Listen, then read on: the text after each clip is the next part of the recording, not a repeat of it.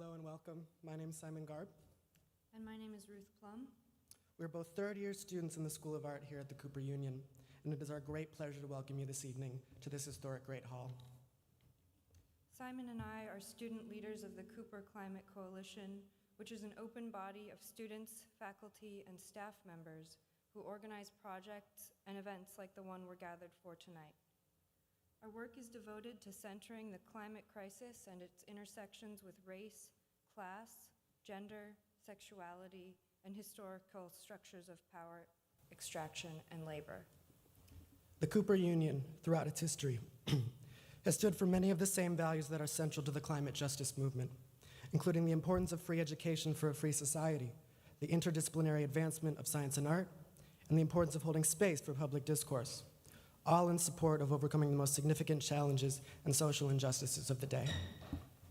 As an institution of higher education, the Cooper Union was founded on a civic mission of preparing its students to shape the world that awaits them after graduation. The spectacular and terrifying moment in history which we occupy today as a young generation amid the devastating and complex impacts of climate breakdown is ever present in how we think about our education and our work. My original vision upon applying to an arts institution was to push myself to make as striking and profound an object or image as I could, to carry on the traditions of disciplines like painting, drawing, and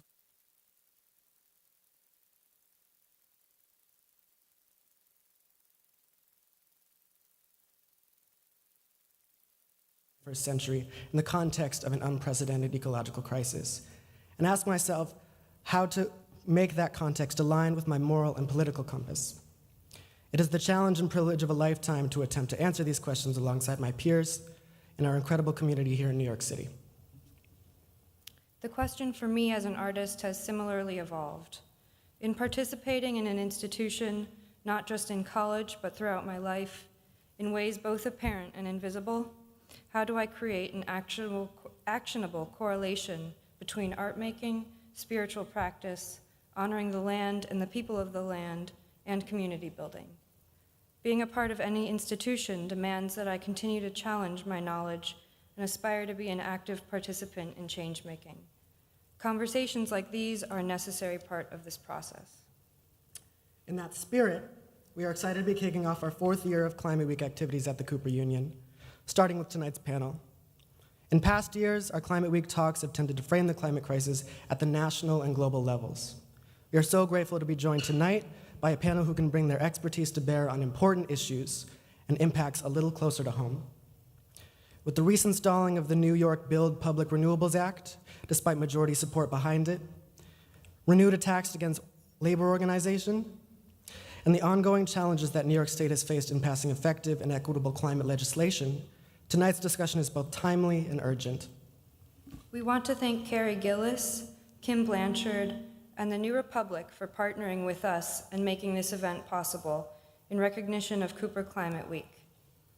We also want to thank President Laura Sparks for supporting the work of the Climate Coalition. And we'd like to give a very special thanks to our faculty advisor, Professor Amanda Simpson, who is a constant source of support and guidance. Now, it is our great pleasure to introduce this evening's special guest, for which there is an update. Unfortunately, Dr. Genevieve Gunther let us know she is unable to take part in tonight's program, but at the last minute, the New Republic staff writer Kate Aronoff has graciously agreed to join us tonight. Kate covers climate and energy issues and US politics. She is the author of Overheated, How Capitalism Broke the Planet and How We Fight Back, and co-author of A Planet to Win, Why We Need a Green New Deal. Kate is also a member of the News Guild of New York, Local 31003, Communications Workers of America. We are also delighted to welcome Assemblymember Zohran Kwame Mamdani from District 36 of the New York State Assembly in Queens. Prior to representing the neighborhoods of Astoria, Ditmars Steinway, and Astoria Heights, Assemblymember Mamdani worked as a foreclosure prevention housing counselor, helping low-income homeowners of color across Queens fight off eviction. Mamdani is the first South Asian man, the first Ugandan, and the third Muslim to ever serve in the New York State Assembly. And moderating this evening's panel discussion will be Liza Featherstone, who is a columnist for the New Republic's Climate Vertical, Apocalypse Soon, and Jacobian Magazine. She is also a contributing writer to The Nation and teaches journalism at NYU and Columbia, and a member of the UAW, United Auto Workers Local 7902. In addition to contributing articles and essays to a wide range of publications, Featherstone is the editor of False Choices, The Faux Feminism of Hillary Rodham Clinton, and has authored several books, including Selling Women Short, The Landmark Battle for Workers' Rights at Walmart, and Divining Desire, Focus Groups and the Culture of Consultation. Thank you all once again for being here. Please join us in welcoming our panelists.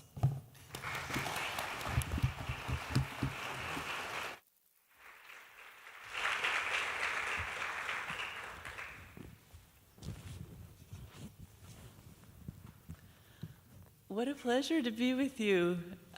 We were just saying we're a little awed by the history of the Great Hall, and we're Abraham Lincoln's shoes are big shoes to fill, but we'll do our best.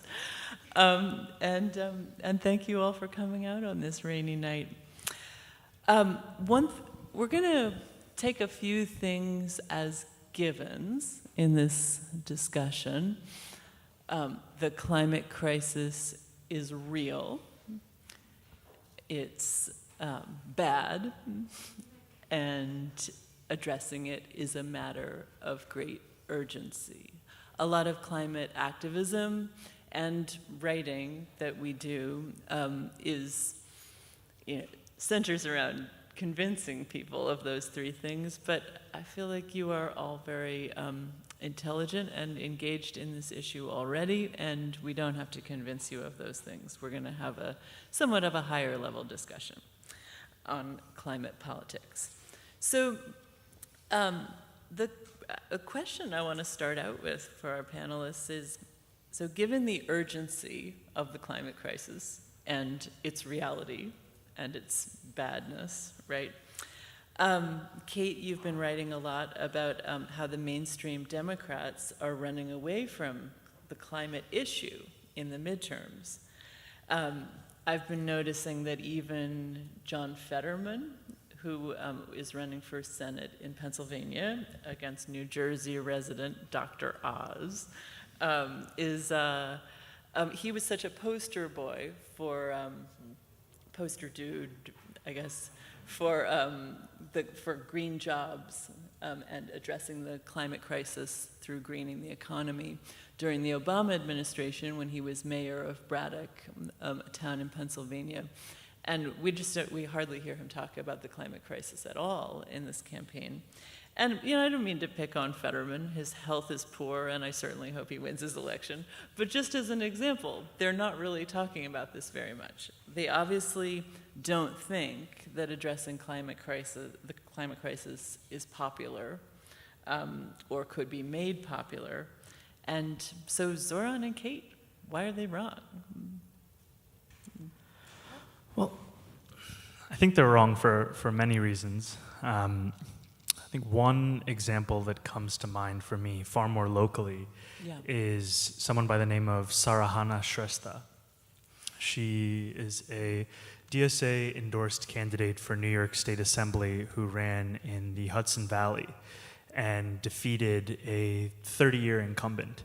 And she built her campaign around the Build Public Renewables Act, which, for those of you who might not be as familiar with that act, which in shorthand is known as BPRA, is an act that ensures that the ambitious targets that New York State has set for itself, 70% renewable grid by 2030, it ensures that if those numbers are not hit by private corporations, then the state would step in and build out renewable infrastructure to ensure that we actually hit those numbers. It would also mandate the state's existing energy infrastructure that's government-owned to transition towards renewables, and would enable the state to distribute low-cost energy to low to moderate-income New Yorkers, up to 1 million New Yorkers. And she built her entire campaign around this bill, which has typically been spoken about as if it's too complicated to understand, and it's not something that's front of mind, and you should never build a campaign around climate. And I went to the Hudson Valley to canvass for her a couple times, and so many DSA members were so enthused by this campaign because you could see that when you were at the doors of a typical voter and you spoke about the climate crisis less in the sense of a grand ideological struggle, but more in the sense of an immediate battle with your local monopoly. In that case, it's Central Hudson. Here we have Con Edison, or we have National Grid. Speaking about how these companies were making dollars off of your backs and investing further into fossil fuels, and how it didn't have to be that way, there was a connection that was struck there. And I think it speaks to the fact that there is a real opportunity in talking to voters about climate. We have to chart that course ourselves, but we've already seen here in New York that it can be done. And as we know from the context, it must be done. So we have to replicate that kind of fight across all of the campaigns that we run. Thank you. Yeah, and I'll zoom out a little bit, which is to say that, it's just plainly wrong that climate is not a popular issue. So for one, we know that overwhelming majorities of voters in the United States prefer government action on climate change. That is, that they want the US government to do more about climate change, not corporations, not sort of individual action. They want state action on climate change. And even when you get down into specifics like greening transportation, decarbonizing electricity grids, those things are all extraordinarily popular. Even tenets of a Green New Deal have been very, very popular, despite what you might hear on Fox News, despite a lot of sort of noise from the right, especially about climate issues being sort of out of touch with ordinary people, about it being this sort of elite thing. We know that most people in this country want climate action. The problem, of course, is that we have a political system which is very bad at translating popular opinion into law. Because we have this thing called the Senate, we have the Supreme Court, we have all of these things which make that very difficult in the United States. The other thing I would just add, right, is that even if it were the case that climate change were unpopular, right, even if it were the case that 20% of Americans wanted to do something about this crisis, why would we not do it, right? If the stakes are really existential, which we know they are, we are at roughly 1.1 degrees of warming, and a third of Pakistan has been underwater in the last month. Puerto Rico is now dealing with a huge storm that knocked out most of the power on the island. Probably people will be without power for a very long time there. We're seeing what this crisis looks like at 1.1 degrees and are on track for roughly between 2.5 and 3 degrees Celsius of warming, which as a number sounds very small, but if you think about magnifying what we're experiencing now, doubling that, and I won't get into the specifics of climate models because that's not my area of expertise, but we know that 2.5, 3 degrees, what we're on track for is catastrophic. And so even if it were unpopular, we should still talk about it and do something about it. I was just going to say, then it would be up to us to make it popular. Exactly. Because that's our role as organizers. Yeah, and it should be everyone's role to do that. Let's talk a little bit about some of the recent. I'm really glad you talked about Sarahana Shrestha's campaign. That's a great example. Zohran, could you talk a little bit about some of the recent victories of the climate left in New York? Yeah, so I feel absolutely. like there have actually been kind of a lot, and people don't really know. There have been, and I think it's important to celebrate them. I think most especially, I think it's important for me. I represent Astoria in Queens, and we had a multi-year battle against NRG, this Texas-based energy company, the 11th largest emitter of carbon emissions in the United States, who wanted to build a frack gas power plant in our backyard. Astoria, we already have the nickname of Asthma Alley. One of my former staffers who grew up in the neighborhood would talk about how when she was at recess in middle school, kids would compare inhalers because that's how prevalent asthma was. We continue to have the worst air quality in all of Queens. And NRG wanted to close down their existing peaker plant in our neighborhood and then invest billions of dollars to create a new one that would be on fracked gas. And so we had this massive fight against them where we had rallies, where we had, press conferences, letters, op-eds, all the different kind of facets of organizing against an institution like that. And we called over 30,000 people. We sent over 7,000 postcards. We did everything that was at our fingertips. And we were told time and again that this plant is needed for the reliability of the grid. And if you defeat this proposal, you're going to get an even worse one in terms of how friendly it'll be to the environment. And it's difficult in those moments where, there are a lot of people in these fights, myself included, we have not been steeped in this for decades. And it's hard in that moment when you're coming up against people who have made their life's work on being climate researchers. They happen to be on the wrong side in terms of working for NRG, and they're telling you, here are all the technical reasons why you're wrong. And I knew for myself, I definitely had some moments where I had to just sit with that and contend with it and remember that it was in the financial interest of everyone I was speaking to make me doubt the necessity of defeating them. And this was work that was led by DSA's Eco-Socialist Working Group, which took this proposal for a frack gas power plant and made it the litmus test for the, are you really progressive? Do you actually care about climate, especially in Queens? And we got everyone from Chuck Schumer, AOC, Deputy Majority Leader of the New York State Senate, Mike Gianaris, all of the local elected officials to come out against this plant. And we defeated the proposal. And the institution that makes that determination of approval or rejection is the Department of Environmental Conservation. And the head of the DEC, which is the short form of that, called me on the morning they made their decision. And he said, I want you to know that everything you did in Astoria, everything that all of you were organizing for, that gave us the room to make this decision. And I think that's something that I always remember, which is that organizing creates space for the right decisions to happen. And we cannot simply trust in the processes of these institutions that they will do what's right. We have to ensure that they do it, force them to do it, pressure them to. And when they made that decision, they came out with a determination that this plant wasn't necessary for reliability. So that was the first thing that they had told us. So it actually wasn't. And then just a few days ago, it came out that NRG is now selling its site to an offshore wind developer. So now the second point of their narrative has been proven false, which is that it would be even worse for the environment if we manage to defeat them. Because now it's going to be a wind interconnection. Clearly much better. And I think that it's a really instructive moment in that how we should approach these fossil fuel companies and how we should understand the claims that they make to us. And just to know that it can be so overwhelming to think about climate.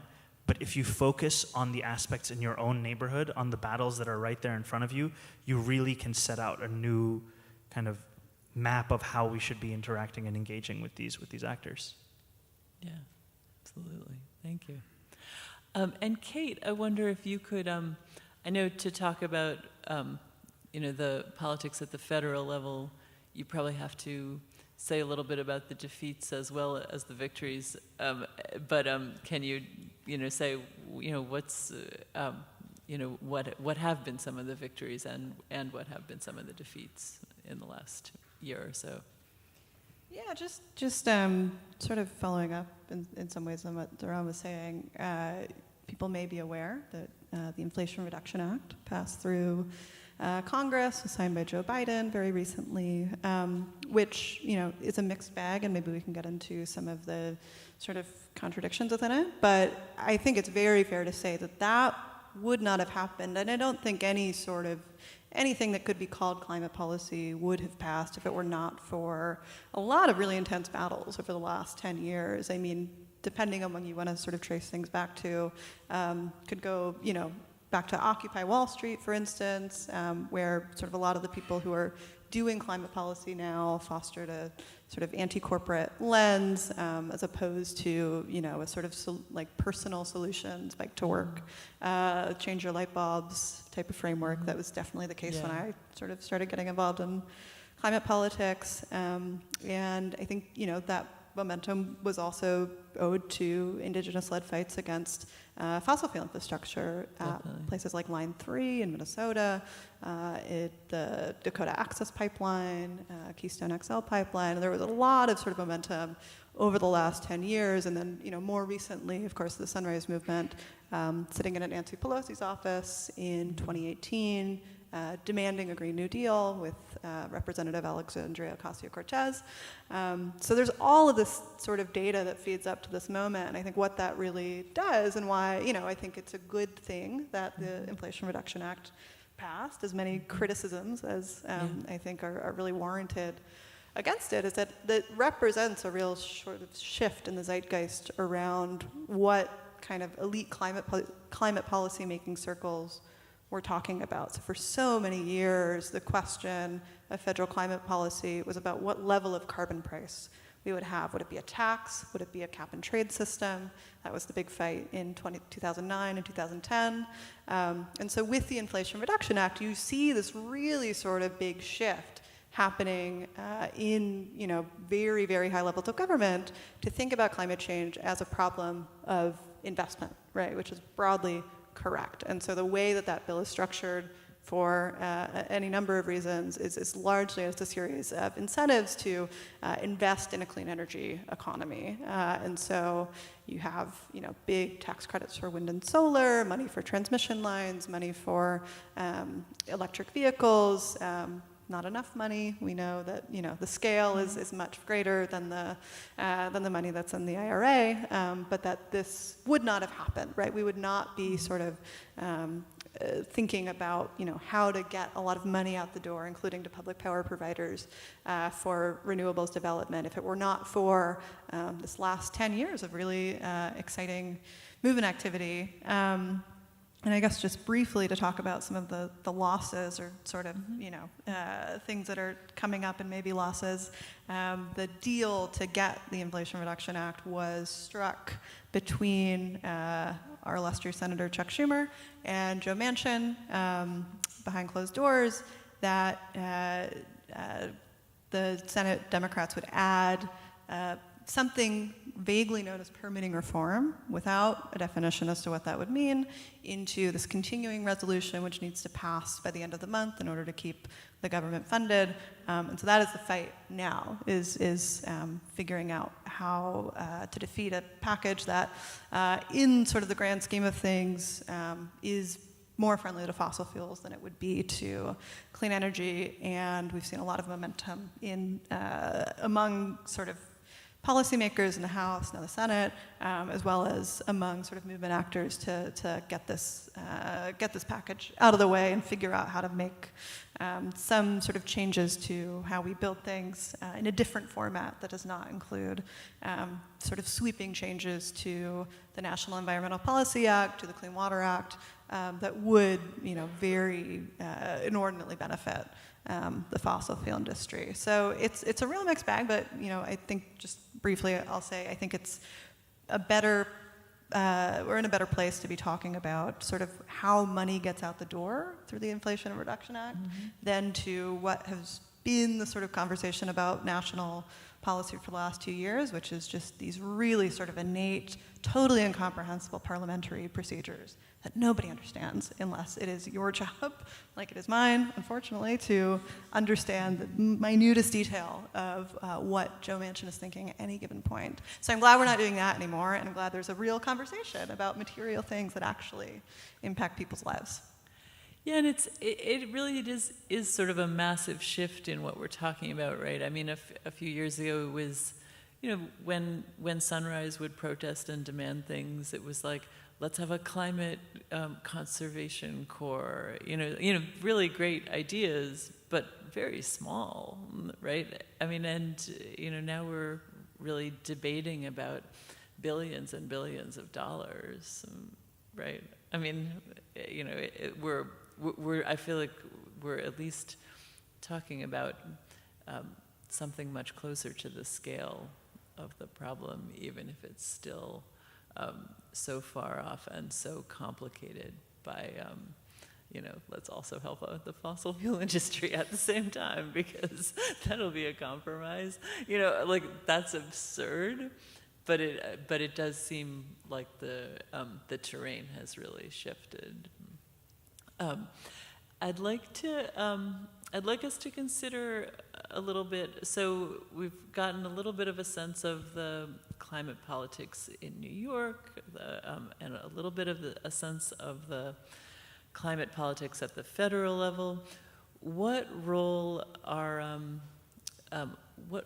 do labor unions play in these fights? Whether it's Zohran with the BPRA in New York, and then Kate, I'd like you to talk a little bit about the federal tussles. Zohran. Yeah, I think labor unions play a critical role in the conversations, the negotiations, and the implementations of these things. And I think I was elected in 2020, so I'm only just finishing my first term, and went into office in January of 21, and was coming into Albany having to understand a context where there is a justified reason why labor unions hear the term just transition and roll their eyes, because it's been a rhetorical device, at least in New York, that has been used time and time again without real teeth to it. And if you think about the history of solar and just the minimal union density in that industry and just how deeply unionization has been fought by that industry, it makes sense.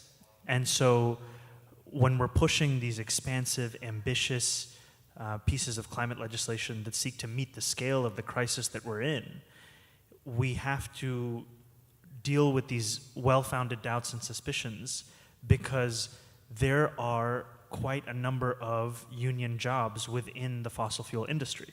And in a lot of these fights, we are not always on the same side. And that might be the case for when we're fighting against NRG, for example, this frack gas plant. There were a number of unions who were in support of it. But we have an opportunity when we're charting a new path, specifically around renewable legislation, to ensure that the labor provisions within there are things that we would be proud of. Because as a socialist, for me, and not for me, for any socialist, labor, as we say, is the cause of the world. And so we have to have that to be a center point of our compass in understanding how to move forward on the climate crisis. So in BPRA, to be specific, we had what are considered nation-leading labor provisions. And some of the concerns from labor unions were that these provisions were so good that they were unrealistic. And, initially when we found out the reason for the concerns, it was a great feeling to know that, oh, these are actually that good. That's the problem. They're so good. But it also spoke to the fact that time and time again, unions have been betrayed in this fight. So it makes sense why you would look at this language and be like, okay, well, let's see what the final language is and don't show me the initial. And so for us, we have to make clear that we mean what we say. And we also have to understand that there's a history where, the Build Public Renewables Act, the state agency it seeks to empower is the New York Power Authority, NYPA. What we found out in our research and from unions themselves is that unions have had sometimes a worse relationship with the government agency than they have had with fossil fuel companies. And we're having to deal with this interaction with the state where unions would actually prefer to deal with capital because of how they have been dealt with by the state. Because the state has taken advantage of the provisions that are there to ensure that the unions can't strike. The unions can't hold them to account in the way that they can capital. And so those are the reasons why there is this suspicion, there is this doubt, and that's where we have to come in and make clear that we are actually breaking with that history and charting a new one. And so that's the kind of the challenge for us to meet, I would say. The AFL-CIO went from opposing your bill to writing its language. Can you talk a little bit about that process? Yeah, and I think a lot of that is testament to Senator Michael Gianaris, who is high up in leadership on the state Senate, overlaps with me in Astoria, and this was a priority for him, fundamentally because it's a priority for people in Astoria. which, some people call it the People's Republic of Astoria, because we have socialists at every level of government. City council, state senate, state assembly, Congress. I think that initially that initial opposition also speaks to how does legislation typically get created in Albany if it deals with labor. It's either written by labor or it's written by corporations hostile to labor. It's not written by a bunch of eco-socialists who are creating an entirely new demand in the last, 18 to 24 months. And so there was a shock from a lot of people in the political landscape as to what the hell is the Build Public Renewables Act? Why is there legislation trending on Twitter? What is this that everyone seems to care so deeply about, but hasn't been written or reviewed by any lobbyist, by any classic interest group, but instead by a working group, which is a term that most people have no idea what it means. And so that was also one of the... Can you share with the audience what a working group is? In DSA, we have issue-specific working groups. So you have the Eco-Socialist Working Group, you have the Socialist Feminist Working Group, you have the Electoral Working Group.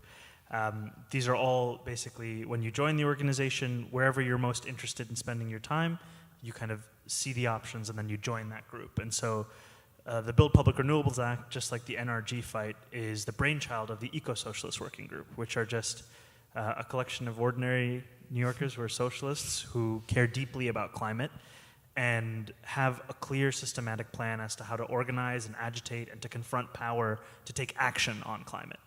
And I think that, with the hope is that in the years to come, the partnership and relationship with labor will be such that when the language is released, it will have already been one that comes out of, those two groups, as opposed to it being published and then us working together. But yes, at the end of it, it was lovely that the AFL-CIO did help to write those provisions. Yeah. Kate, so how about at the federal level? What where do unions fit into these debates? I feel like it gets very little attention.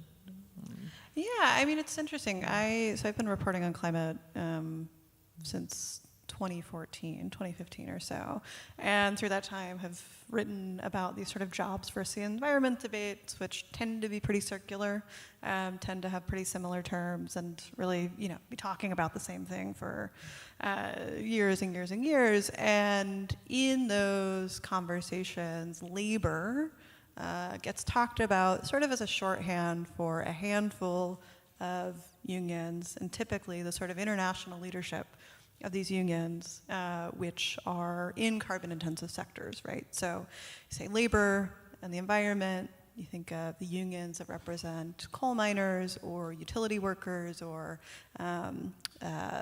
workers in other carbon-intensive sectors, all of which are very important for the reasons that Zohran laid out. But labor, of course, is a much bigger category, and there are a lot of other unions who are deeply affected by the climate crisis, have a very different relationship to some of the questions, of energy and work and labor and the climate itself, and take very different positions than unions that historically have been actively opposed to, things like fights against pipeline projects because they have jobs working on those pipelines, very understandable material concerns. But when we think about labor, that's a big category. And when we think about green jobs, right, that's a very big category as well. So I think the sort of prototypical image of the green job, right, it's like a very strong man hoisting up a wind turbine, very social realist kind of imagery.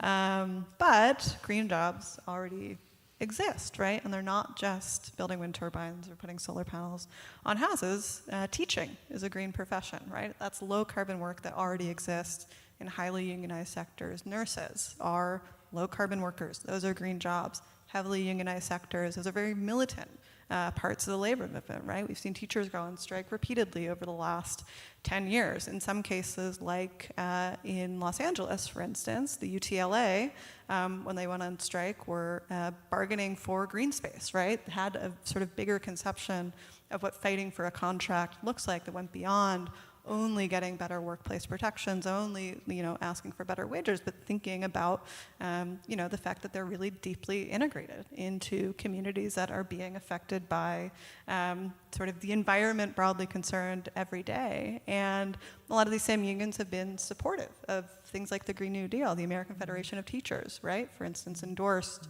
a Green New Deal. And so I think, all that's to say that when we talk about labor, I, would encourage us to think a bit more broadly about who that means, right? And what building those coalitions can look like, because I think for a long time the strategy has been to go after the hardest nut to crack, right? To start with workers in these carbon-intensive sectors who, for very understandable reasons, are pretty freaked out by the prospect of getting rid of fossil fuels, which we know we need to do, of a just transition, which has been bandied about by any number of nonprofits who may or may not be acting in good faith, and that we can think about the coalition as trying to build maybe among more natural allies first, and then looking toward that as a way to build good faith in other parts of the labor movement, right? So moving, maybe not saying that coal workers need to be at the leadership or writing climate legislation necessarily, but maybe can be moved into a neutral position, for instance, right? Or not actively opposing some of these fights. So I think it's a very big question, and it's nice to have fights like the one in New York to ground it a little bit in reality, rather than in these big theoretical terms that that I think get sort of thrown around to talk about it. Yeah, well, but on the federal level, though, I mean, in your reporting, do you see any of the do you see any of these other sort of less the sort of less fossil fuel identified unions? I mean, do you see them playing a role in the same kind of way that Zohran described, like with the BPRA? I mean, over the last couple of years, the reconciliation process is such a weird, idiosyncratic one that it's like a little harder to trace like where particular interest groups were at certain points. And so, I mean, you had, for instance, SEIU was a part of a coalition of nonprofits who was working for, $1 trillion a year Build Back Better agenda, right? And so that is not insignificant, I don't think. So you had labor movements coming out for a much more aggressive package than we ended up getting. And so that's, I think, where it's mainly showed up, is in those sorts of fights. Yeah, absolutely. So I think a lot of people will be wondering, I mean, where some of the places where you see a big climate jobs policy, really having the full cooperation of a lot of major labor unions. We often see, like, for instance, in Illinois' big green jobs bill, and to some extent some of the federal stuff, we often see nuclear as being part of the mix, because part of the reason for that is that nuclear has historically, the jobs in the nuclear industry have been unionized and pretty good.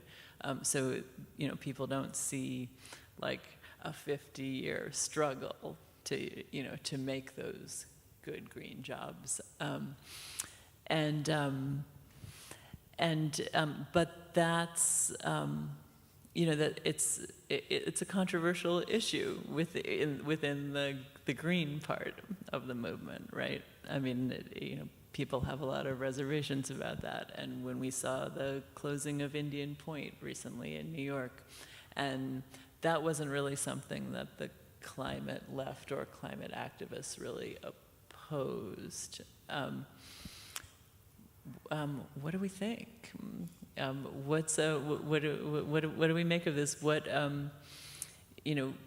is nuclear an issue on which the big labor should be listened to? Should the climate left be following the lead of some of these big organizations there, or are the Greens right? Is it just too dangerous, too risky? Nuclear, it's like the Palestine of the climate movement. Zohran's looking at me like, I thought we were friends. No. I'm happy you asked about it because Okay. I think that it is too often this question is evaded. Right. And it's actually one that at the end of this last legislative session, I sat with my chief of staff, who's basically like my partner in all legislative issues, and we decided that this was something that we wanted to dig deeper into and focus on over the next 12 months. Mm-hmm. And so we've started the process of studying it in a more serious way. And having discussions with a lot of people who are very skeptical of nuclear and having discussions with a lot of people who are very interested in it. And the idea for me is to develop a fully, a position that I can make verbal and vocal sometime next year after going through all of these conversations. And I think that the reason we have to do that is because there are aspects of what the proponents say about nuclear that you simply have to engage with, right? Yeah. This is an industry that labor is clamoring for because of the security that it brings. Also, this is an industry that can provide, emissions-free energy at a scale that is simply unmatched in terms of what the other capacity that exists. On the other hand, you also have to deeply contend with, what are the concerns around the spills or waste management, or and then dealing with the reality of how is it that you actually then go about making this happen. And I think that it is something that you will find not only in left circles, but even in Albany, there's just an unwillingness to go in there. And so the only people who talk about nuclear in Albany are, interestingly, Republicans. They talk about it. It feels like they're talking about it to themselves because nobody engages with it. Wow. And then when you have private conversations with unions about renewable and just transition, there's this elephant in the room as to why aren't you dealing with this? Why aren't you, partnering on this? So I think for me, it's, because it's like energy has somehow become my beat, in terms of my politics. But I don't come from an energy background. I come from a housing background. I come from an electoral background. But then running in my district and the realities of the climate crisis in my district and then in Albany, this has become where my focus is. So I'm having to develop an understanding of this. And to me, I think it is one that we have to have a position that we actually vocalize and verbalize, because right now we just kind of skirt past it and pretend that it doesn't exist. So that's a very long way of, I guess, doing a classic politician answer of saying, we're studying the issue and we're going to get back to you. No, that's a great answer. I mean, it's great when a politician is, going to learn more and make an informed decision. I feel like we don't really hear about that much. Kate, what do you think? I agree. The only thing I think I would add to that, and I would agree, nuclear, I hate nuclear debates, which is most of why I try not to engage with them, because it's uniquely this is not a debate. Depressing. But, I think the way, especially on the sort of labor nuclear axis that gets talked about is nuclear is pro-labor, renewables are not. That solar and wind, and solar in particular, are these, ununionized sectors. Well, why is nuclear union? Why are coal jobs union? Why are there a lot of union jobs in refineries, right? Those were fought for, right? Those sectors didn't just emerge because of some, idiosyncratic material reality about the way that oil flows to become unionized sectors or pro-worker. There were militant strikes, there were fights to get good contracts, and that was the sort of standard that was established for those industries. And I think, probably we're thinking about solar and wind in similar ways. What will the standards be for jobs in wind and solar? And those, will be fights, as every unionized sector has been. Those have always been fights. And so I don't think, it always makes a ton of sense to just think of, some power source as being inherently pro-labor, whereas there's a reason solar and wind aren't very pro-labor, quote unquote, because they, came of age as labor unions were being violently attacked by federal policy. And so it makes a certain amount of sense that they're not, the most union-dense parts of the economy. But I think that is sort of the fight to be had, is to make sure that these other sectors can be really, worker-friendly. Yeah, for sure. So, also want us to talk a little bit about, I think we would all agree that, it's really important, as socialists, for building the better world that we want to see, that the labor and climate movements really have to be on the same page, fighting for the same things.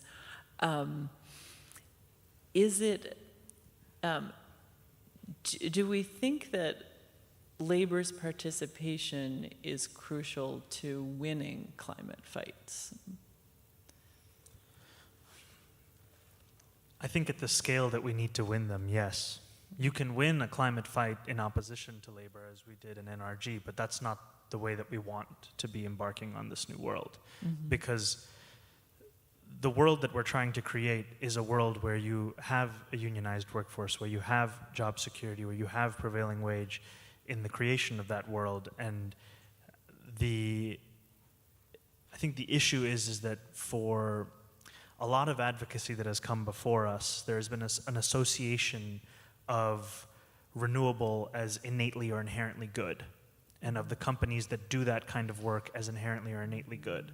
And so a lack of desire or willingness to confront those companies to ensure that they too carry these kinds of rules and regulations around prevailing wage and unionization, and we have let those companies kind of do whatever it is that they do because their work is so important and critical. But what is the point of building a new world if it is going to come at the expense of labor?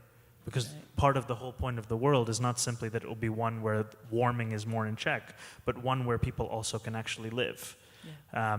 And so I think that is one of the challenges, and I think in any kind of long-term vision, we have to be on the same side as labor. But it will take a little while to ensure that we can actually gain that trust. Because as Kate was saying, these are all rational feelings to hold on behalf of labor.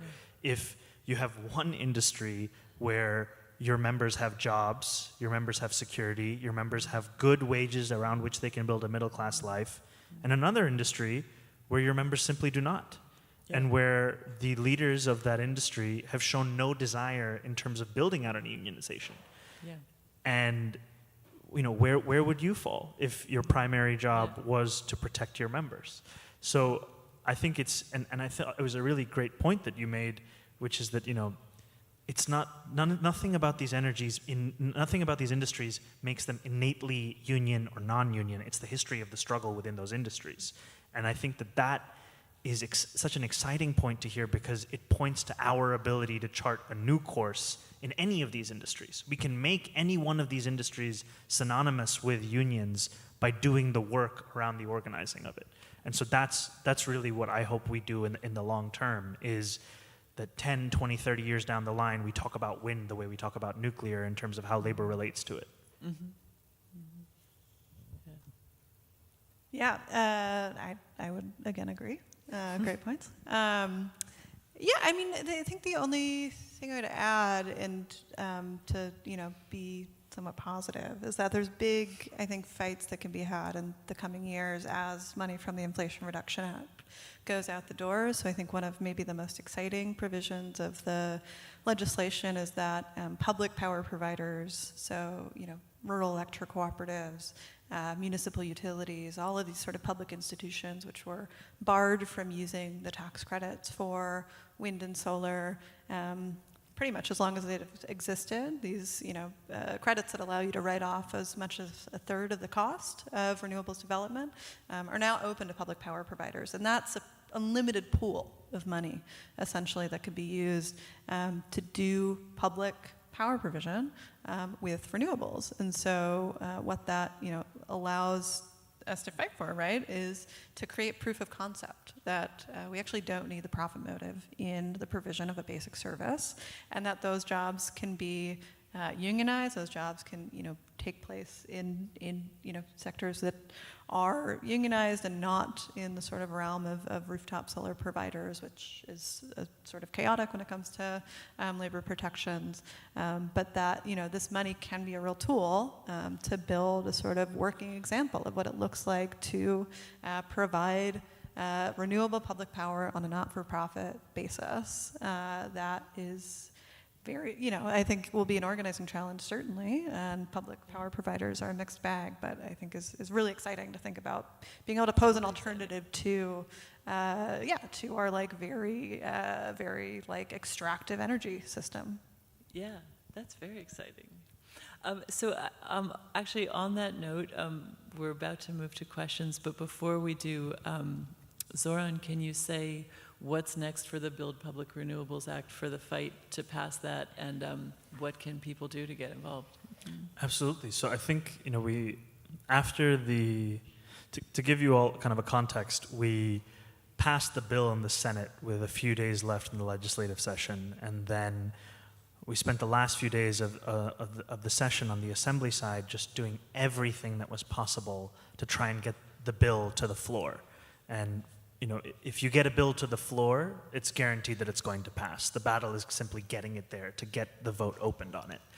And we didn't succeed, in spite of everything that we did, in spite of the fact that we had 83 legislators who confirmed verbally, publicly, privately, combination of all of these things, that they were ready to vote for it.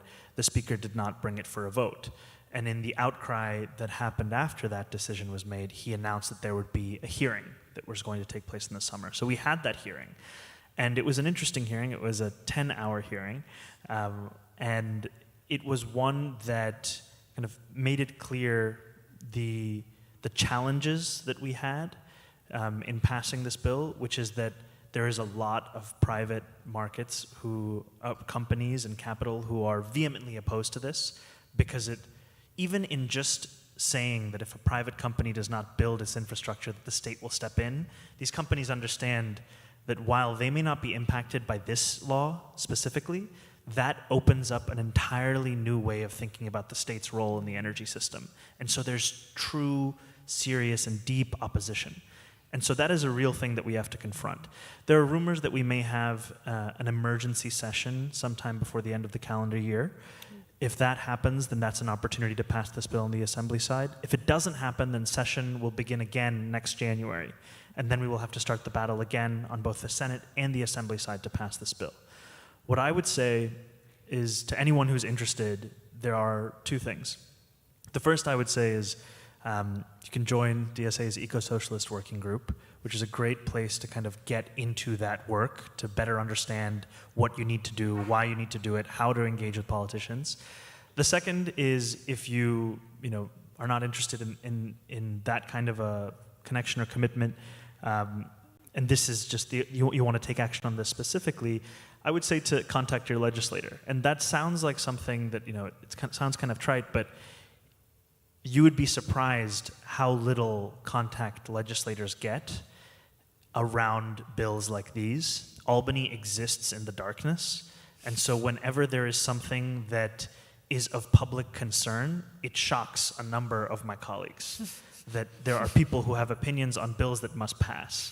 It even frankly shocks me when I'm back home in Astoria and someone's like, oh, the Build Public Renewables Act. I'm like, how do you know about that? I thought that was a secret in Albany about what we did. But I would say, call your legislator's office, call your assembly person, call your senator, tell them, they'll tell you, I'm a co-sponsor, because there are 62 on the assembly side. Say, well, that's all well and good, but what are you doing to get the bill to the floor? A lot of times legislators will co-sponsor legislation so that they don't have to get phone calls like that. And then on the inside, they'll be like, yeah, you might have this many co-sponsors, but we know they don't really believe in it. So then the key thing is to ask a politician, what are you doing to bring this bill to the floor? And I need to see public evidence of you doing anything for that. Because that is how you ensure that even if somebody's lying to you about their support, that they're creating enough of pressure internally around this bill. So that's really, the hope, I would say, is that we pass this bill. And I think what's so exciting is that this is a really easy bill to get plugged into, to the extent that in the last few days when we were doing this, it was like the Eco-Socialist Working Group and me and a couple other electeds, like on the outside and then on the inside. And we had a Google Doc where I would update the status of an elected. And that doc eventually was basically just around on Twitter. And so these own legislators could see me turning their cell from blank absence of color to green when they were supportive. And it's just a completely different way of doing politics. But I think that's also what socialism is about. I know we're not here to discuss it, but is just to make It's politics relevant. more, democratic. Mm-hmm. You have to understand why these things are happening, how it's happening, and how you can plug into it, because you simply cannot elect people and then just trust that they will do the good work. You have to ensure that they do. So this is a way to do that. Thank you. So I think we'd like to open it up for questions. In the back with the hat. Good.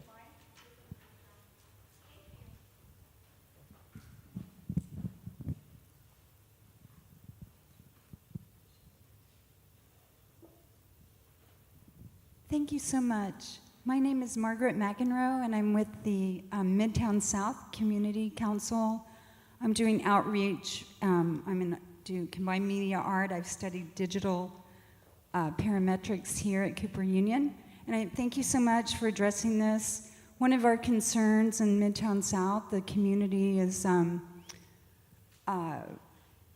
been really seeking to give voice to concerns about the construction, the Empire State Development at Penn Station and the demolition of 55 buildings for the Vornado Realty Trust plan to build 10 sky-high towers. And one thing that we've been to Albany, and my question for Liza and Zohran, please, is there doesn't seem to be enough attention to climate change and construction, especially here in Manhattan, and the demolition of 55 buildings, many of them Art Deco, landmark buildings. It's very close to home. Penn Station area is where Madison Square Garden is, and it's close to the theater district, and it's really a devastating blow to the city. And also, conventional building materials is one of the #1 causes of greenhouse gases. And the steel and production in the construction is pretty well known. And I just wondered, on a government level, there doesn't seem to be a lot of attention. Senator, we went to Albany, and the group, we have a wonderful Leila Lagasico, and we have a lot of people on our side, and there will be a court action against the city and state because approving that Empire State Development with Vornado Realty Trust is a real blow in the city, and it's also a blow to climate change. But anyway, just wanted your opinion on that. We've been to Albany, and we're seeking to raise awareness. Thank you so much. You're so welcome. Yeah, I mean, I'll just say that for my part, you've just educated me a lot on this issue. I really didn't know that much about it. And Zohran. Yeah, thank you for this question. I think that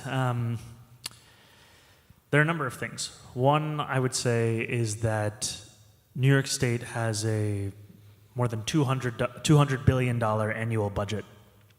And the purview of working at the state level is that you can kind of take action on any array of issues. And so what often happens in Albany is you have politicians who have a specific lane that they kind of pay most attention to and most focus to. And outside of that lane, it really depends as to what people press them to take a position on. So my advice to you would be that the way to get Albany to really care about this, and I agree with your assessment that it hasn't been a foremost concern, is to ensure that every single one of us, myself included, feel the pressure from our constituents around this issue and around formulating a position on this issue.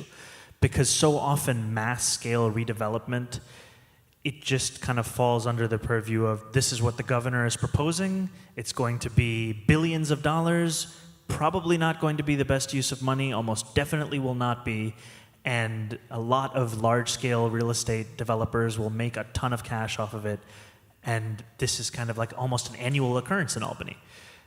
So what my kind of response to you would be is to organize and, yes, go to Albany, have meetings with electeds, but also organize a mass scale for all of those people who have those meetings. Make sure that all of them are sending a letter to each of those electeds' offices. Make sure that each one of them is calling that same office and asking about the position on it. Try and get press to write about what is the stance that these electeds are taking. If you have a Twitter, go on Twitter and tweet at the elected official and say, what is your stance on this? And I think also articulate in that struggle, what is the stance that you believe is correct in this? Is it simply rejecting this proposal, or is there an alternate vision of it?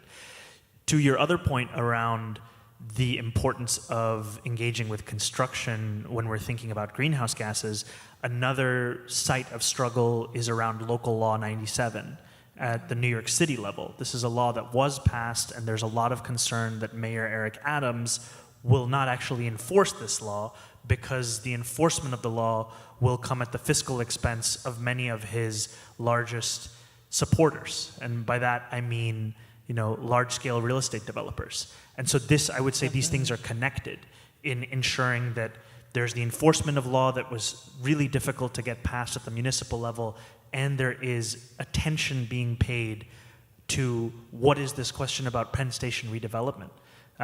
Why are we greenlighting this amount of money? I mean, when I had I don't know if privilege is the right word, but the first year that I was in Albany was Governor Cuomo.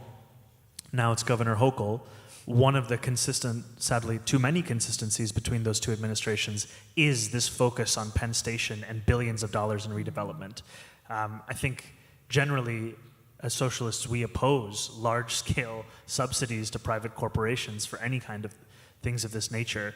But I think that even I have not spent that much time thinking about this because it simply hasn't risen to the same level of interest and engagement as so many of the other issues. Yeah, thank you. Hello.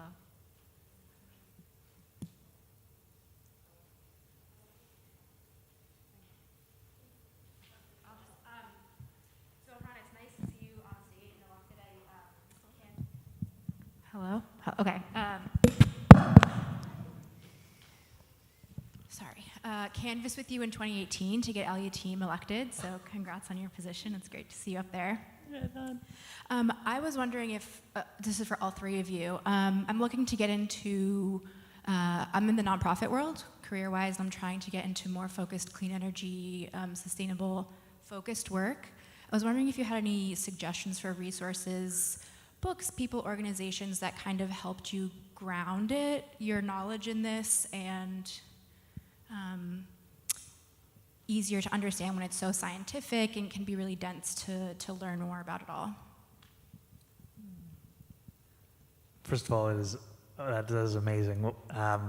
For those of you who don't know, in 2017, Palestinian Lutheran minister Khadr El-Yatim ran for city council, and that was the campaign that changed my life and made me think about the possibility of engaging in local politics. So it's amazing to see you. Thank you so much for having canvassed on that race. I think for me, I sound like a broken record, but really the Eco-Socialist Working Group was a massive really help for me in better understanding the terrain of struggle around the climate. Reading Kate's work has also been really helpful, as there's a friend of mine who's a journalist named Alexander Kaufman. He's been really helpful for me in understanding what the landscape looks like globally and also across this country. I think that one of the most interesting places, if you're thinking about kind of where to go, I think is to this question of labor and climate. And there are a lot of organizations. There's Climate Jobs, there's the Energy Trade Union Alliance, there are institutions and organizations who are trying to chart this course out. And I think that that is a really fertile ground in which to push yourself towards. I think that when I was speaking with Alex recently, he cited, I can't remember the author's name, but this article that was in the London Review of Books about the importance of reconceiving the battle in the climate crisis around PM 2.5 and reconceiving this, what is generally spoken about as like an ideological struggle, into one that people understand in terms of the diseases it gives rise to, the air quality issues, asthma, the ways in which you will feel the climate crisis in your own life and in your own neighborhood. Or might be already. Sorry? Or might already be. Experienced. And I thought that that was also, in terms of like, you know, one article and just the imprint it left on me. But I think that this is, I would love to hear where you would kind of recommend getting deeper into this and organizations and things to join. Yeah, I mean, one of my favorite things about my job is that I get to ask very smart people very dumb questions, which is how I've learned most things that I've ever learned in the last, 10, 15 years of doing this. So I think that's a sort of nice place to start, whatever you're interested in, to ask someone you might know or don't know very well to talk about it. Because people are, I find, sort of surprisingly receptive to having pretty wide-ranging conversations about things they spend a lot of their time thinking about. If you have the appetite to read long PDFs, which I recognize not many people do, because it's sort of a freakish thing to do. I enjoy it personally. But, there are a lot of sort of interesting papers being written by groups like, on the clean energy front, the Institute for Financial, it's IEFA, is the Institute for Energy Economics and Financial Analysis. Does a lot of good work around the energy system sort of broadly. The Climate and Community Project has been doing a lot of work around some of the work around BPRA, especially public power, around green transportation. There's a lot of sort of policy-oriented groups. Alex's work at HuffPost is really excellent on a lot of these things. I think on clean energy particular, David Roberts' work I tend to find pretty informative in terms of just getting a sense for how these sort of wildly complicated systems function. The grid is a very complicated beast. But yeah, I mean, I like to ask people questions, which is, I think, a good way to sort of get at exactly what you're interested in.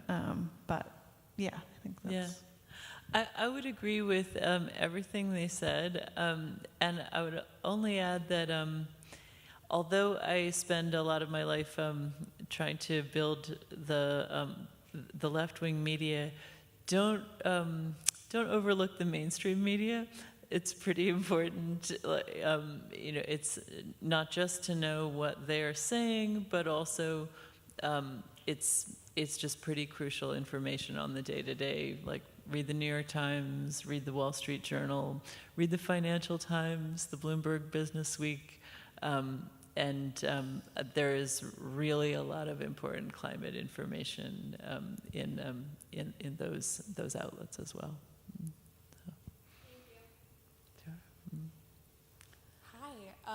I thank you so much for this discussion. It's been so fruitful, and it does seem like there has been a really large focus on the local, but I'm really curious what your thoughts are on how that changes or how that works in the wake of gentrification, but also a very transient population now, and especially in New York City. Yeah, I think that's an interesting question. First of all, I'd say the population isn't as transient as the mainstream media wants us to believe, that there hasn't really been as much movement out of cities as the dominant narrative suggests. But really good question. Yeah, and please correct me if I'm kind of misunderstanding the question. But I think it's interesting in that when you canvass for electoral campaigns, you'll talk to someone and they'll say, oh, I live here, but I'm registered to vote in Florida. And I'll be like, oh my God, come on, the local elections. But the interesting thing is people might be politically engaged elsewhere, but fiscally, they are in New York if they're physically here. And so what I mean by that is, if you live in New York City, you're paying an energy bill, no matter where you're registered to vote. So this year, Con Ed has filed a request with the Public Service Commission, a state agency, or commission rather, to raise its rates for gas and electric by about $60 a month on top of its existing rates. So my office joined as a party to that negotiation, to negotiate with them privately, to try and push back on that rate request increase and instead push not only to reject it, but to institute a reduction in existing rates. And as part of that internal role that we're taking, we're also externally canvassing people in the neighborhood. And it's an interesting way in which you unify people who have just moved to the neighborhood, people who have lived here for decades, which is that nobody wants to pay $60 more in a gas and electric bill. And I think that what's so exciting about it is that, I'm Muslim, I'm a socialist, I'm used to bad PR for the identities that I hold. But when it comes to Con Ed, it's just the worst PR, in the best way for us, in that everybody hates Con Ed. And it doesn't matter where you fall on the political spectrum. If I'm like, hey, we should abolish Con Ed, you're like, yeah, we should. And so engaging with people about the climate crisis, specifically around their monthly energy bill, is a really great way to get past the ideological aspect and get into the experienced aspect. Because when you're talking about it ideologically, you're having to deal with their intermediaries as to how they are processing or hearing about the climate crisis, their news media, whatever it may be, versus if it's how you experience it, the intermediary is then, whether it's Fox News or MSNBC, is now replaced by Con Ed.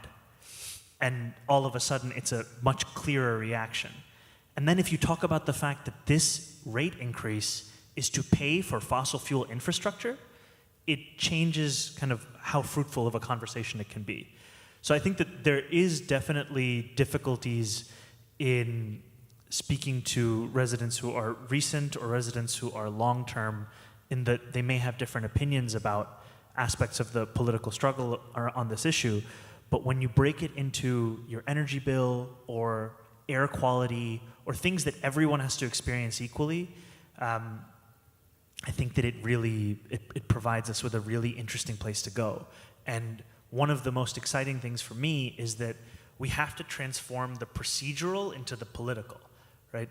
This is a process that is taking place that most New Yorkers have no idea about. Most New Yorkers have no idea that Con Ed asks the state for the approval to raise your rates. Most people don't know that.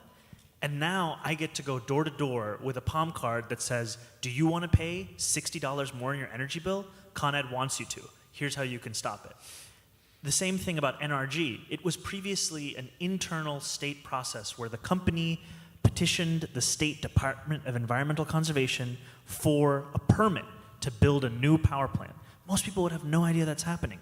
And then this working group transformed that kind of inside baseball process into a public litmus test. And I think we have to do that time and again, because part of how we got here is people relying on process to save us, but the only thing that will save us is building power and dismantling these processes which have fundamentally time and again been built to get these kinds of results. Thank you for that question. Hi, my name is Sander. I am an onboarding coordinator with the Eco-Socialist Working Group. And I promise that this is not coordinated in any way. But thank you Zohran for hyping us repeatedly. If you do want to join, I'll stick around for a little bit, come talk. And I'll make sure that you'll find your way in and can help out in any capacity. The onboarding guy is here to get you onboarded. So yeah, I'll stick around for a little bit. Please come find me.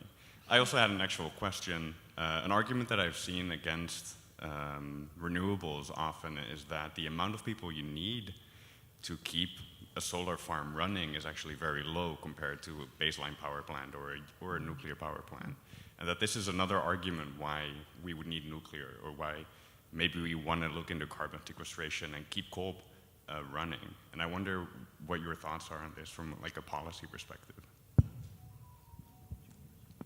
Yeah, I can start.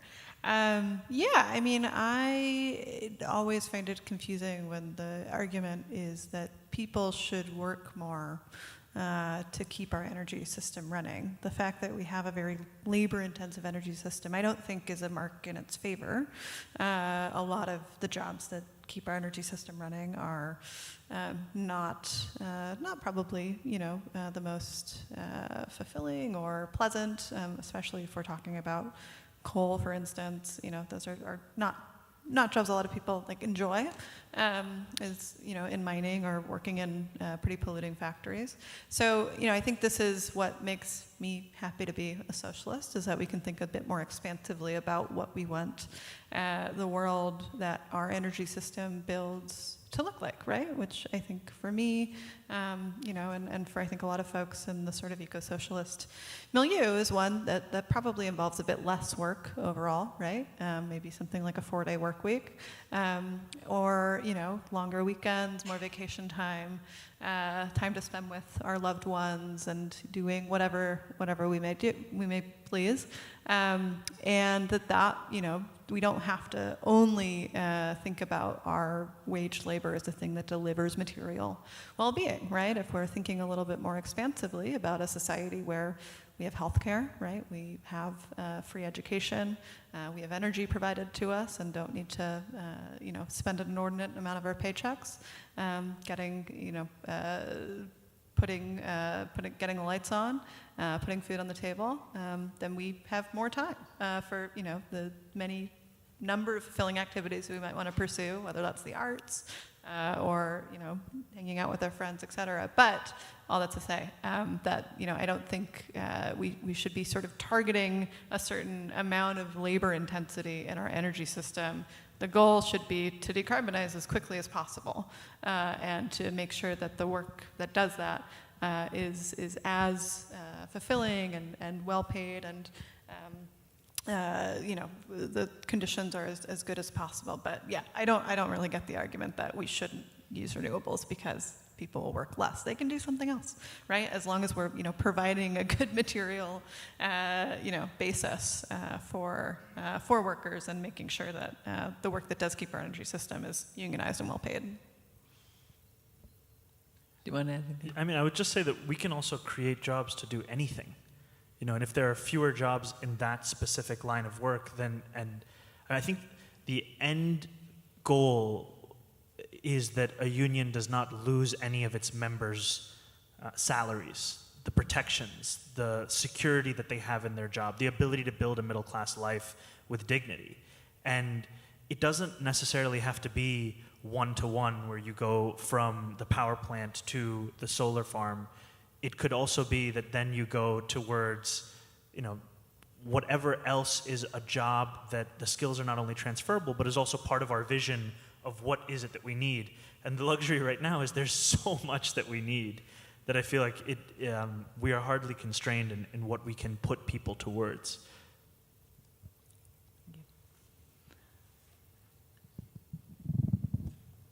Right. Hi, can you hear me? Yeah. All right. I'm Alex. I also have a twofold intervention, kind of. I just wanted to jump back first on what someone asked earlier about how we can educate ourselves when the science is so complicated. And that really spoke to me because I also work in the not-profit sector for an organization called Climate Science. And if you don't have any scientific background, and this speaks for you or anyone in this room, and you really want to understand climate change, I would highly recommend that you check us out, because there's a lot of courses, a lot of quizzes, school resources that explain everything you need to know to understand how we solve climate change completely for free. So that's the first thing. Fantastic, thank you. And then secondly, I do have a question, because I think another issue on top of the education part is communications. fossil fuel companies being very, very good at marketing and climate workers not so much. How do you think specifically maybe policymakers can be better communicators to involve more people into, well, calling their legislators and being aware of the laws that affect them? So, yeah. Yeah, it's a great question. I do think policymakers can be a lot better communicators. I feel like we, even though it's an election year, we barely hear about any of the good things that are in the Inflation Reduction Act. I'm a socialist. I shouldn't be like, well, there's some really good things in this bill, but there kind of are good things in this bill, and they're not even, the mainstream Democrats are not even tooting their own horn about it. And I thought the same about the Infrastructure Act, actually. I know there were so many problems with that, and people like us were rightly critical of it, but they didn't really go to the people and brag about it, and I feel like there's just sort of I think in many ways sometimes people like me who work in the media think that communication is all about telling a story, but a lot of it is just a fundamental lack of democratic functioning. They know that our democracy doesn't really function, and so they don't feel the need to talk with people. There's sort of a lack of respect around it. So I think one of the things policymakers can do is, as Zohran was talking about, to take the democratic process seriously. Act like you really should be talking to the people, like Zohran and some of our new socialist electeds have been doing. Yeah, I think that it's. I think that it is to politicians' detriment to not tell the story of what it is that you're fighting for, and what are the victories that you've won along the way, and who has caused the defeats that have been in that journey. Right. And I think that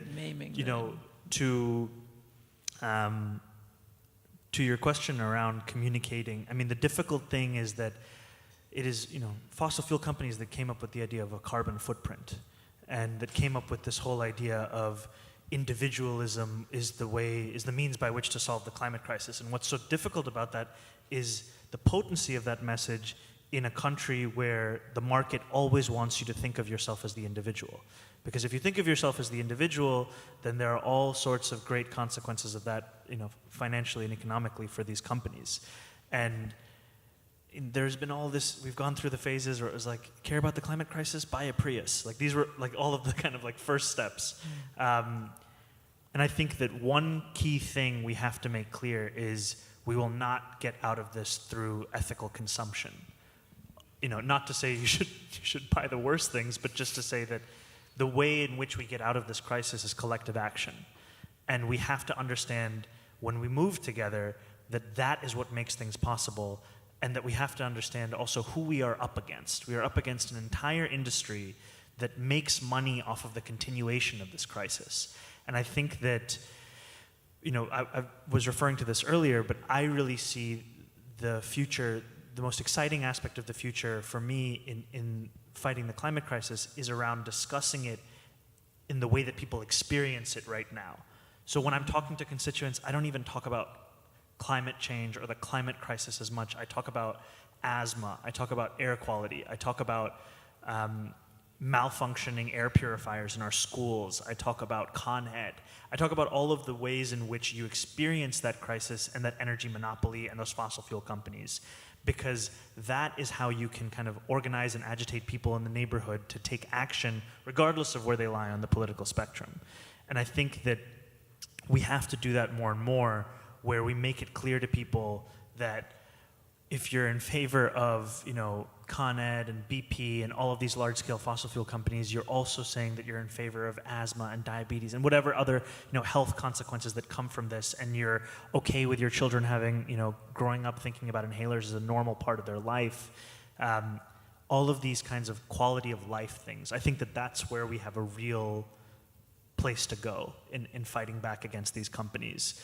And I think that's why it's also necessary that we're fighting for public power that is, democratically controlled, as opposed to we're fighting for private companies who will do renewable work.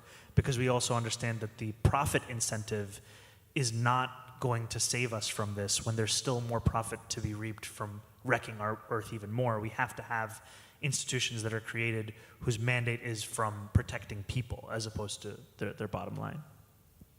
Kate, you want to add anything? Yeah, I mean, I would agree with what's been said already, and not to be inserting myself into the business of democratic message consulting, but if I were a democratic consultant, I would be telling all of my clients who give me a lot of money that they should be running ads 24/7, just getting people whose jobs are being saved in an auto factory because there's a new EV plant being built, right? Just like put those people on TV, right? People's lives are going to be changed by the Inflation Reduction Act, with many of flaws are built into it, but it is an enormous piece of legislation, and there's going to be so many stories to tell about the good that it's doing. I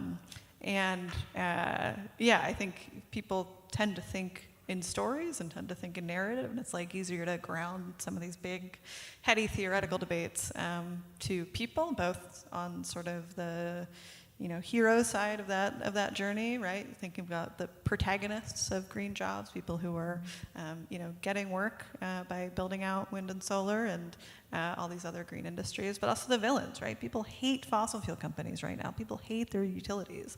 And so being able to tell also a story, which I think the Democratic Party has been somewhat reluctant to do, of who the villains are in this problem, is really important. To put names and faces, right? The people who are driving the climate crisis have names and addresses, and should be ashamed to go outside, I think, because they're killing people actively. So, if I were making hundreds of thousands of dollars a year to consult for the Democratic Party, that's what I'd tell them. Yeah, and those stories are a lot easier. It's a lot easier to tell those stories and name those names for those of our politicians who are not receiving money from the fossil fuel industry. And I think that it's, we had this interesting situation where with Zohran, she was running against an incumbent, and he would say often, "Oh, I support those things that she supports. There's not much of a difference between us." And what would always be easy for us at the doors would say, "This guy took money from Central Hudson. Right? This guy took money from the same utility company that we are trying to hold accountable, and that he says he wants to hold accountable." And I think similarly here in New York City, DSA ran a campaign against Kevin Parker, who is ostensibly the prime sponsor of not only Build Public Renewables Act, but so many exciting pieces of environmental legislation. Now, he's the prime sponsor because he's the chair of the Energy Committee, and there's an understanding that he will only let his own bills get through, and also that sometimes he puts his name on bills that he has no intention of moving, just to kill it. But all of that inside baseball is very difficult to explain to people. And you'll be talking about the Build Public Renewables Act, and he'll send a mailer saying, "My bill, the Build Public Renewables Act." It's like, oh my God, how do I explain this? But then, if you tell people that this guy takes money from Con Ed, and this guy doesn't.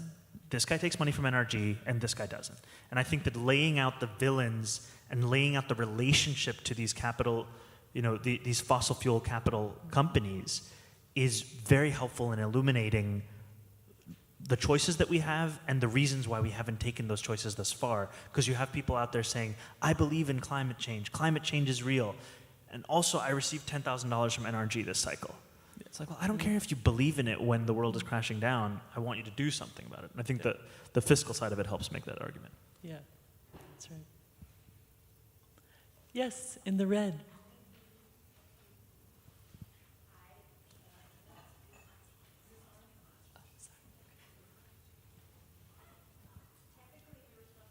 Is it on? Oh, yep.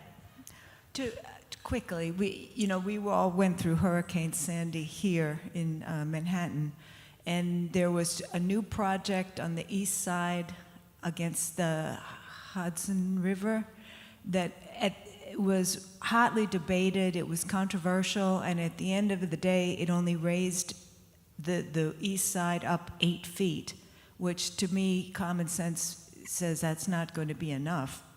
So I wanted to hear your opinions about this east side development, and also, it's the East River actually, also the congestion pricing. Do you think there's any way to prevent that from going through? Yes, so this is our last question because we're actually out of time.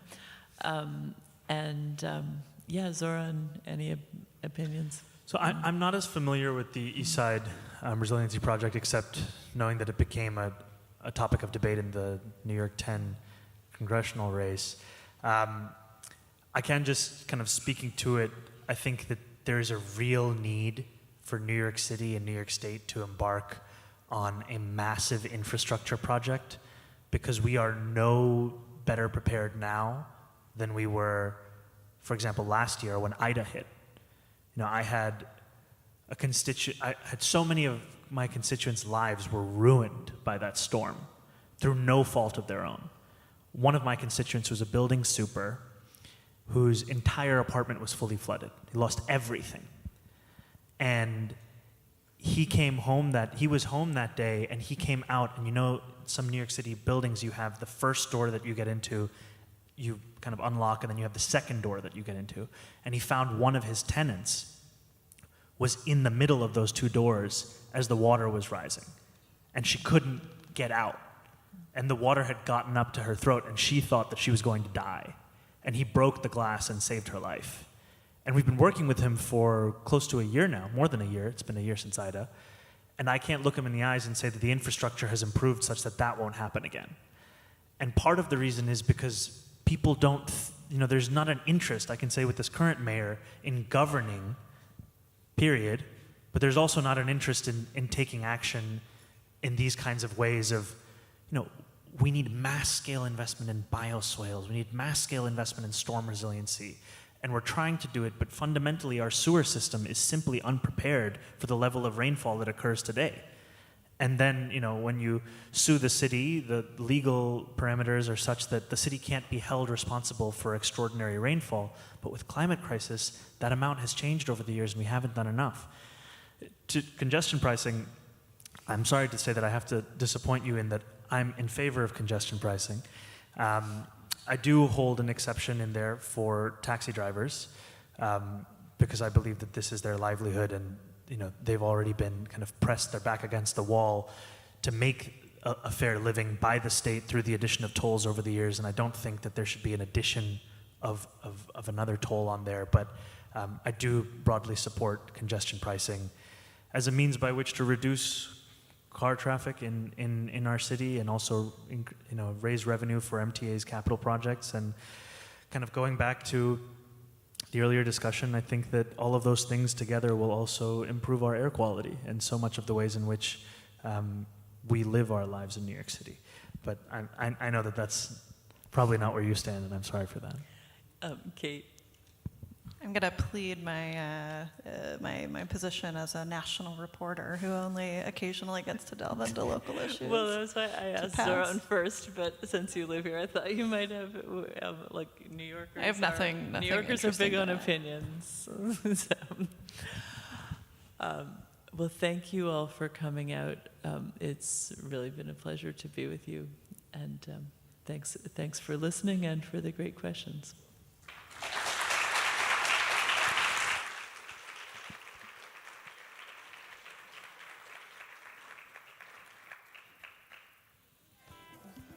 Once there were parking lots, now it's a peaceful oasis.